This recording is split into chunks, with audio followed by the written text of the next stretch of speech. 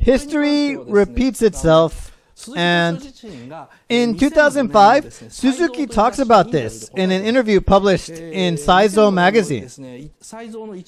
It is the January issue of Saizo. Suzuki is asked by the interviewer, "Isn't it too soon to end the war like that? Don't you think it's too simple?" It's unusual for Suzuki, but he gets really angry and answers the question with a raised voice. He says, "Didn't you see the planes flying in the last cut? That means another war is beginning. Those planes aren't coming back from the war. They are preparing for war." It's very unusual for him. He explains clearly what the scene meant. Suleiman signs the instrument of surrender, and the war ends. But it starts again some decades later. It's hard to know because both Howl and Sophie seem like they haven't aged. So we tend to think that this happened right after. Howl is a wizard, so he can change his appearance freely, but Sophie is also a witch. Because Sophie is a witch, she can stay young forever, but in reality, it's after a few decades.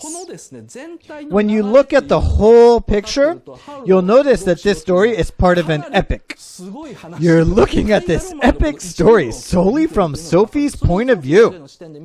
So, it's very experimental in a way. A comment said, "It's hard to tell." Yes, I agree with you. Well, Miyazaki clearly went a bit too far. Honestly, the story lost its balance. They overestimated the viewers. You know, in Spirited Away, many people pointed out the inconsistency. They were more intuitive when they made Spirited Away, but because they didn't like being criticized, the plan was well thought out this time. But they tried not to show it. Although it's all meticulously planned, Miyazaki didn't explain it at all. He was like, "You don't need to explain about World War II to tell a love story set in World War II. He was like, "It's no problem as long as it's cool." But I think he needs to explain a bit more.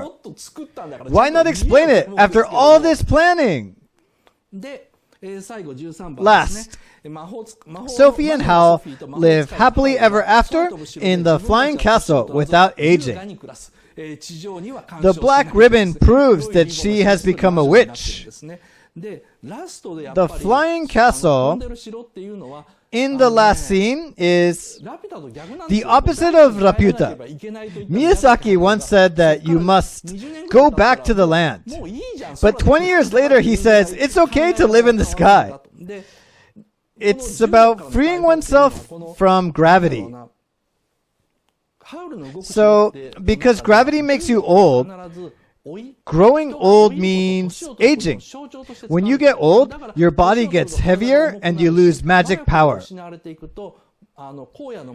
The Witch of the Waste cannot climb the stairs anymore. The gravity and the aging go hand in hand. You become heavier as you age. Why does this castle fly? Because Miyazaki tried to depict an ultimate happy ending where Howl and Sophie live together in the sky, free from aging. And you cannot miss the scene where they capture the castle from above.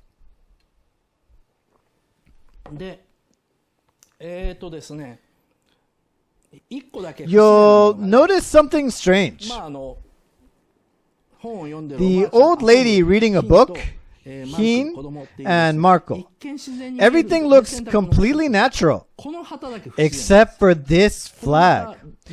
There's an apple tree drawn on it. Well, a tree that looks like an apple tree. And there's quite a deep meaning to it.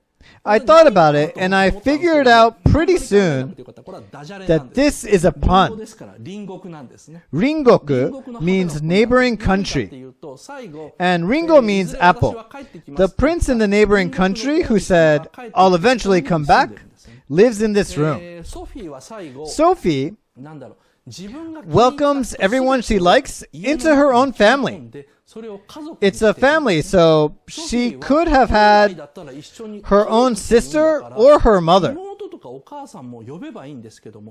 But instead, she welcomes the people she likes, or the people she has kissed, into her own family. She's in the midst of happiness, where the time has stopped. This is the ultimate happiness for girls. That's the message. And he makes it very subtle. If you show the prince of the neighboring country, it just becomes too graphic. So he shows the flag instead. So I'll end the explanation of the whole structure and plot. Now, this is the end of the first half. We'll talk about this in the second half. But this story is about Howl being controlled by 3 witches.